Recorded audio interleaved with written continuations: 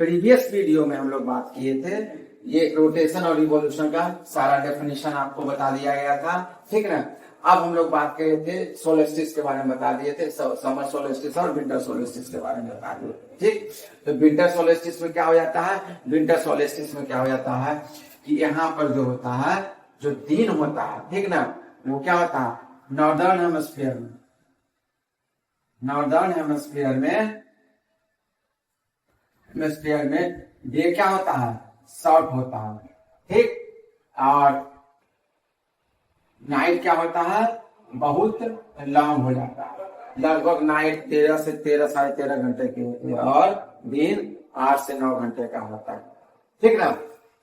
अब देखिए, हम आपको भी जस्ट बताएंगे एक बात कि प्रीवियस वीडियो में कि जब अभी जो है, जब ठंडा का समय होता है, मतलब नॉर्दर्न हेमिस्फीयर में जब ठंड होती है तो पृथ्वी के सबसे नजदीक होता है। तो देखिए, याद रखिए, एवरेज जो स्पीड, एवरेज डिस्टेंस है किसका, from earth to sea, sorry earth to sun, कितना है, 14.93 करोड़ किलोमीटर। कोई दिक्कत, जो क्या बोलते हैं, मिनिमम डिस्टेंस जो है, minimum distance MINIMUM, minimum distance जो है, ठीक ना, फ्रॉम अर्थ टू सन कितना है, 14.73 करोड़ किलोमीटर है, करोड़ है, CROR, करोड़ किलोमीटर। कोई दिक्कत। और मैक्सिमम जो डिस्टेंस है फ्रॉम अर्थ टू सन वो कितना है, 15.17 करोड़ किलोमीटर है, कहीं कहीं 15.20 करोड़ किलोमीटर भी आपको मिलेगा, ठीक। अब देखिए, आपको पता होगा कि पृथ्वी सनलाइट जो है, स्पीड ऑफ सनलाइट कितना होता है, सो देखिए,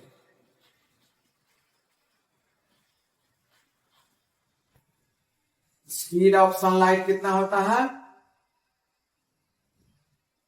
3 lakh kilometre, 3 lakh kilometre, 3 lakh kilometre पर सेकंड के रफ्तार से चलती है। सूर्य की जो रफ्तार होती है वो 3 लाख किलोमीटर पर सेकंड की रफ्तार से होती है।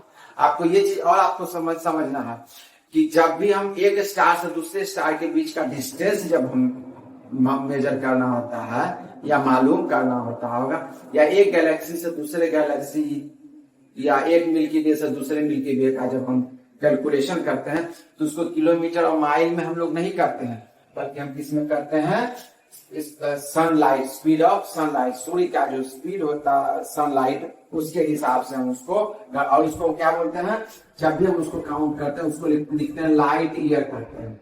लाइट ईयर क्या होगा, मतलब एक साल में लाइट के द्वारा चलने वाला टोटल डिस्टेंस कितना होगा।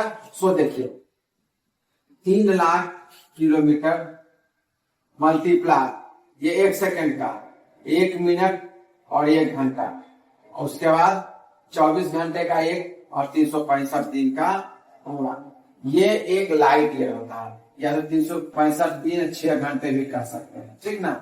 आप इस तरह से कर सकते हैं, 365 डेज, अच्छा 365 डेज ये जो होता है एक लाइट ईयर होता है, इतना किलोमीटर एक लाइट होता है। आप लोग मेजर कर लीजिएगा, आप देख लीजिएगा कितना होता है, ठीक। अब चलिए हम लोग बात करते हैं। इसके बाद हम लोग सोलेस्टिस का, समर सोलेस्टिस और विंटर सोलेस्टिस। तो समर सोलेस्टिस में क्या होता है, सो समझिए, यहाँ पर सूर्य जो होते हैं वो किधर पहुंच जाते हैं, जो अर्थ जो होता है, अर्थ सीधा से ये समझिए, सूर्य यहाँ पहुंच, इस तरह से समझिए सूर्य, तो यहाँ पर जो होता है, यानी कि ये इस एरिया में, आप इस तरह से इसको, ये सपोज कीजिए ये आपका, ठीक ना, अर्थ जो है इस तरह से आ गया, सूर्य जो है ये, तो यहाँ पर जो है स्ट्रेट, यहाँ स्ट्रेट सनलाइट पड़ रहा है कि नहीं, लेकिन जैसे ही 0 डिग्री इक्वेटर है, इसके ऊपर जाइएगा तो ये लाइट क्या हो जाता है, स्लैंट होता चला जाता है, तिरछा होता चला जाता है, समझ में आया ना।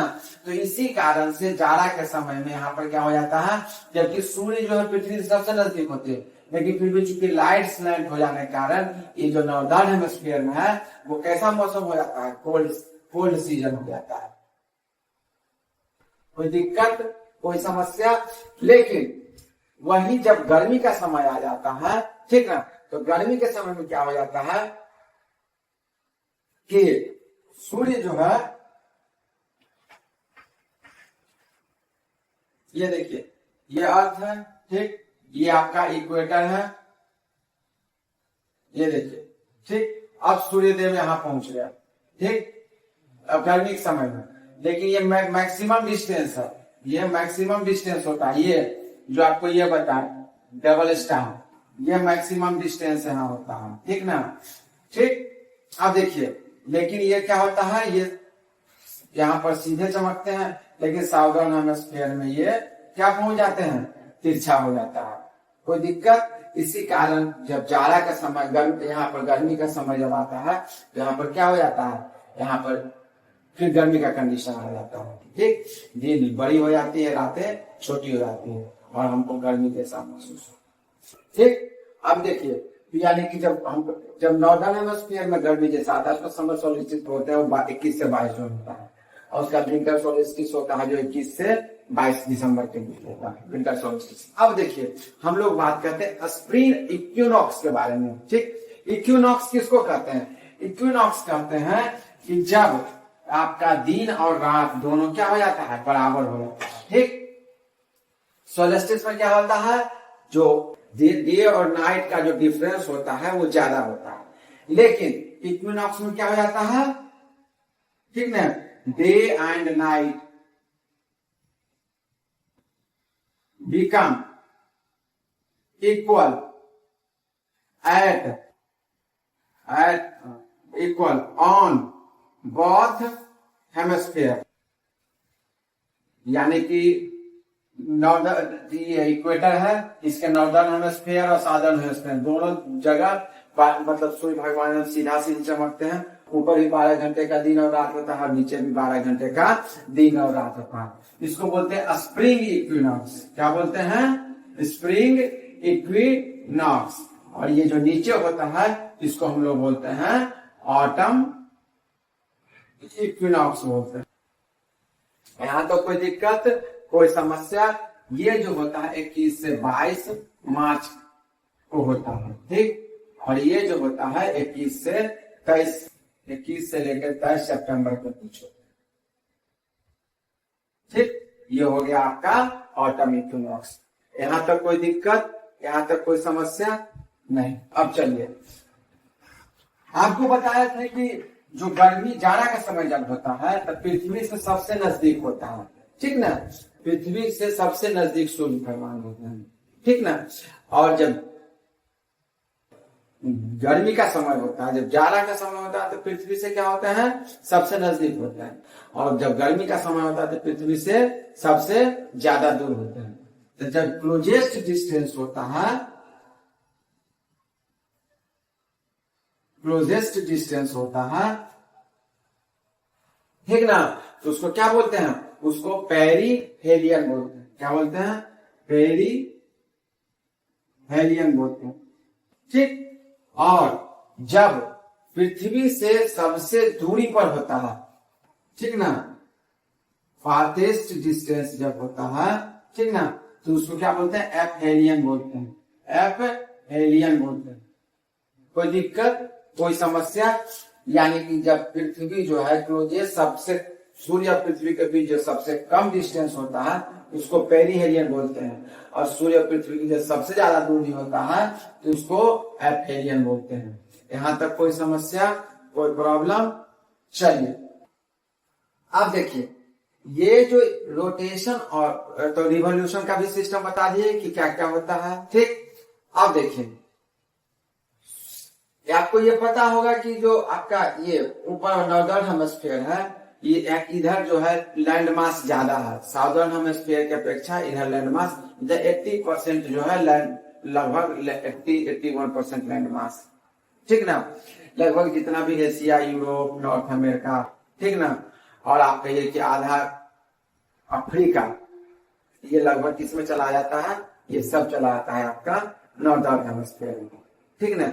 अब देखिए, तो यहां पर क्या हो जाता है, यहां पर जो सूर्य का प्रकाश जो सनलाइट होता है उसका ज्यादा इम्पैक्ट होता है। अब देखिए साउदर्न हेमिस्फीयर में क्या हो जाता है, वहां पर समुद्र सबसे ज्यादा है, ठीक ना, 81% से ज्यादा समुद्र ही समुद्र है। तो वहां पर जो होता है समुद्र का ज्यादा प्रभाव होता है। ऐसे भी आप लोग को पता होगा कि जो हम लोग का मानसून होता है, ठीक ना, मानसून भारत के लिए सबसे ज्यादा जीवनदायिनी है, ठीक ना, और हम लोग का अभी भी एग्रीकल्चरल सिस्टम किस पर है, मानसून पर डिपेंडेंट है। तो अब आगे वाले क्लास में हम आप लोग को बताएंगे वेदर के बारे में, क्लाइमेट के बारे में बताएंगे, और वो कौन कौन सा फैक्टर्स होता है, वो कौन कौन सा काउज होता है जो किसी वेदर को, किसी क्लाइमेट को प्रभावित कर सकता है, इम्पैक्ट कर सकता है। आज का वीडियो यहीं तक समाप्त होता है। धन्यवाद। जय हिंद। भारत माता की जय।